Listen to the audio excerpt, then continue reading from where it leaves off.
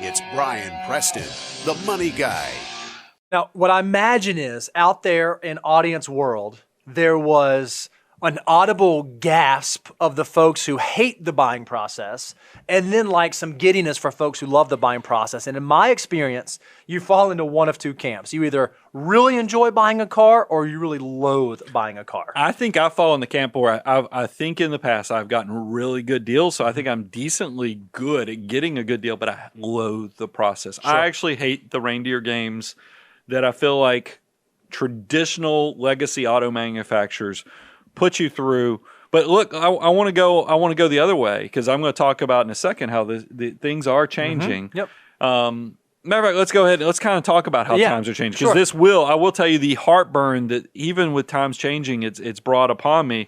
First of all, it's something that was revolutionary on buying used cars was CarMax. Do y'all remember it now? Look, that sounds so old school now, but I remember when CarMax came on the scene. What's so funny is I can look around the room and see some of our younger content folks, and you're like, it was CarMax, and they're like, no, they're like, CarMax has always been around. Forever. I mean, don't you, Reby? You probably have never known life, but you didn't know. You sold the car. You put a sign. You rolled your car out to the biggest intersection in your hometown, and you put a sign on it. You asked a guy that owned the local pharmacy if you could park it in. I remember that. You could park it in. Now you can go get a price from CarMax on used cars. You can also go shop online.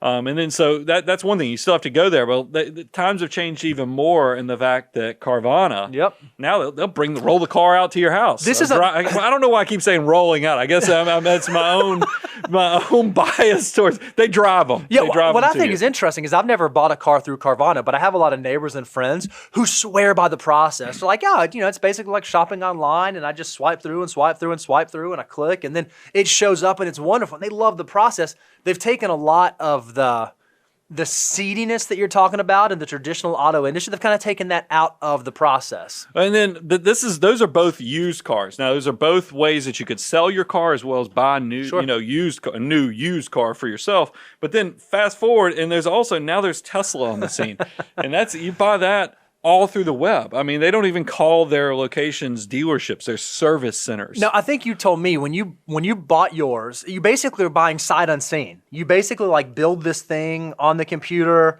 and they call and like, "Hey, your car's ready. Come pick it up." Yeah, they start sending you emails saying, "Hey, your car is it's time for you to kind of pay your $2,500 or whatever, and we'll put the order in, and then they call and say, hey, the car's here, come pick it up," and that's when you either pay the rest of it or you do a loan to finance it. Now, I think what's beautiful about that, now I imagine it was still an emotional decision, doing the Tesla and building it and deciding what you want to put on, but there was no pressure, right? Like if you're just sitting at your keyboard, there's no one telling you, oh, you got to do this one, oh, you got to do this. So for you, the online purchasing practice was a lot more favorable, or you liked it a lot better than the in-person, or do you like the in-person? That's what's weird, because I told you I loathe the car buying purchase process, but like I said, I consider myself pretty good at it.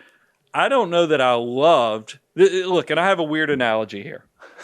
This didn't come up in show prep. I have no idea where he's going with this weird analogy. I've gone to Disney World a lot. Okay. In the past, you could go to Disney World and you could do the Disney Dash, and if you knew how to manipulate the Fast Pass system. Oh, yeah. I've seen you do that in real time. You went early enough with me. I took you to Disney World, and you saw how I was able to manipulate the Fast Pass system. A little bit of preparation gave you a much better park experience than the person that just showed up from Cincinnati that knew nothing about Walt Disney World. Sure. So, I mean, so I had a distinct advantage because of my preparation. This Tesla purchase, the same mindset bothered me. It's because I'm used to, if I work a little bit harder, if I do a little bit more preparation, I'm usually, as I'm a financial mutant, I get rewarded for that extra work. Yeah. And that's kind of a mantra of my life and I tell that to my daughter, my oldest daughter, all the time, is like, you've got to be willing to do the stuff that others won't do, and that success will come much easier for you if you understand that concept.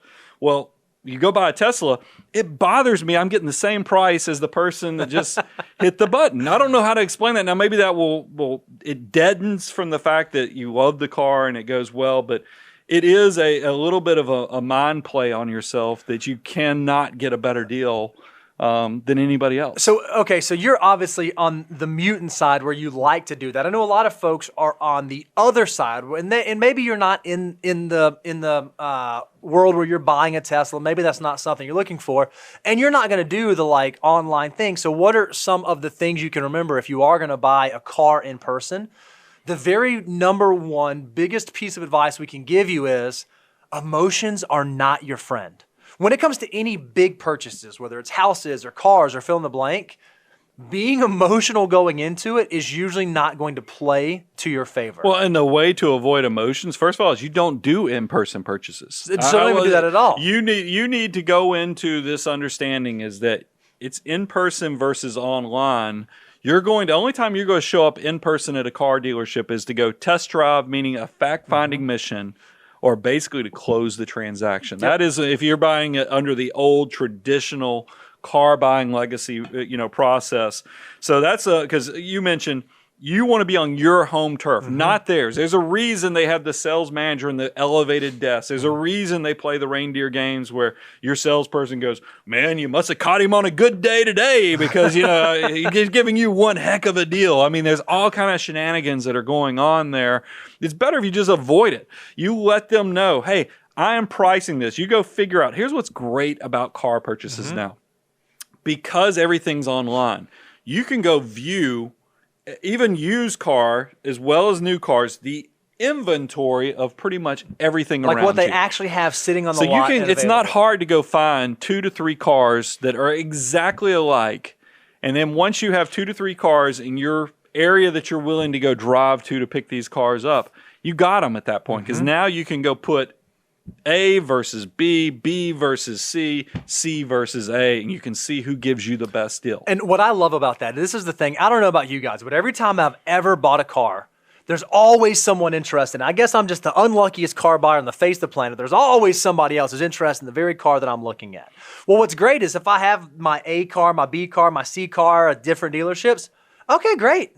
If that other guy, let him have that one. I'll go talk to B and C and we'll be just fine. It's another way to just remove the emotion from the decision-making process. Those are behavioral manipulations when they create an environment of scarcity that you need to buy now to make this transaction so that person doesn't come buy it out from underneath you. That's all it is. It's a manipulation tactic. Don't fall prey for it.